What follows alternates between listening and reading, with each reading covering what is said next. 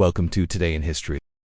Let's take a journey through time and discover what made the 29th of July such a remarkable day in history. From epic sea battles and iconic monuments to space exploration, fantasy fiction, and royal romance, today's date has seen it all. Stick around for the full story. On the 29th of July 1588, the Spanish Armada was first sighted off the coast of Cornwall, England. This marked the beginning of one of the most famous naval confrontations in European history. Alerted to the approaching fleet, the English Navy, commanded by Sir Francis Drake and Lord Howard of Effingham, set sail from Plymouth to intercept. Over the following days, fierce battles erupted in the English Channel. Ultimately, the English dealt the Armada a devastating defeat, marking a turning point in England's rise as a maritime power. After 30 years of construction, the Arc de Triomphe was officially inaugurated in Paris on the 29th of July 1836. It was commissioned by Napoleon Bonaparte in 1806 following his victory at Ostend. The monument honors those who fought and died for France during the Revolutionary and Napoleonic Wars.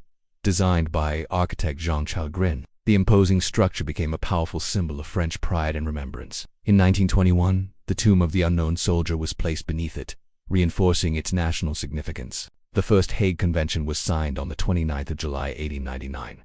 It emerged from the Hague Peace Conference, initiated by Tsar Nicholas II of Russia, and aimed to codify the laws of war on land. The convention set out principles for the treatment of prisoners, protection of civilians, and conduct during conflict. It laid the groundwork for modern international humanitarian law and remains one of the cornerstones of wartime ethics. On the 29th of July 1907, Lieutenant General Robert Borden-Powell opened an experimental camp on Brownsea Island off England's southern coast. He brought together 20 boys from varying backgrounds to test his ideas on outdoor education, teamwork, and citizenship. The success of the camp is credited as the beginning of the Scouting movement, which would formally become the Boy Scouts 3 years later and grow into a global youth organization. On the 29th of July 1954, J.R.R. Tolkien published The Fellowship of the Ring, the first volume of the Lord of the Rings trilogy. The novel expanded on the mythology of Middle-earth that began with The Hobbit, and introduced readers to Frodo Baggins and the epic journey of the Fellowship. It became a landmark in fantasy literature and cemented Tolkien's legacy as one of the genre's most influential figures.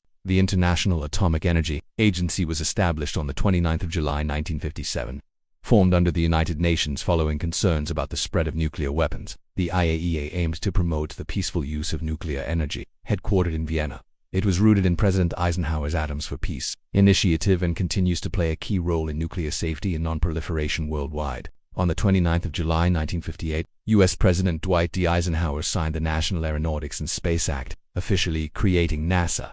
In response to the Soviet Union's launch of Sputnik 1, the new space agency unified various U.S. space efforts and launched America into the space race. NASA would go on to achieve milestones such as the Apollo moon landings and exploration of the solar system. On the 29th of July 1966, the rock supergroup Cream, featuring Eric Clapton, Jack Bruce, and Ginger Baker, gave their first live performance at the Twisted Wheel Club in Manchester. This marked the start of a brief but hugely influential run as one of the first power trios in rock, blending blues, psychedelia, and improvisation in a way that would shape the genre for decades. On the 29th of July 1981, Prince Charles married Lady Diana Spencer at St. Paul's Cathedral in London. With over 3,500 guests in attendance and a global television audience estimated at 750 million, it was one of the most watched royal events in history. The couple opted for St. Paul's over Westminster Abbey for its grandeur, and the event became an iconic moment in British cultural history. On the 29th of July 1987, the Treaty of Canterbury was ratified by the UK and France, officially authorizing the construction of the Channel Tunnel. The agreement paved the way for the privately funded project to connect the two countries beneath the English Channel. Completed in 1994, the Channel Tunnel stands as a marvel of engineering and revolutionized travel between Britain and mainland Europe.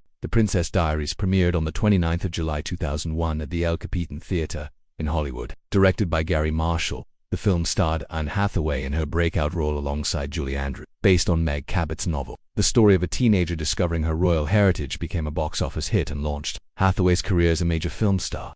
On the 29th of July 2005, astronomers announced the discovery of 2003 UB313, later named Eris, initially thought to be the 10th planet in the solar system. Its discovery reignited debate about what constitutes a planet. As a result, the International Astronomical Union redefined the term planet in 2006, leading to the reclassification of both Pluto and Eris as dwarf planets. On the 29th of July 2009, Yahoo and Microsoft announced a landmark partnership in the search engine industry. Under the agreement, Microsoft's Bing would power Yahoo's search results, while Yahoo would focus on advertising and user experience. The move was aimed at challenging Google's dominance in online search, though the results were mixed over the years. And finally, on the 29th of July 2015, Microsoft launched Windows 10. Available as a free upgrade for users of Windows 7 and 8.1, it introduced a host of new features including the Cortana voice assistant and the Edge browser. It also marked a shift toward treating Windows as a service with continuous updates and support across devices. And that's the 29th of July.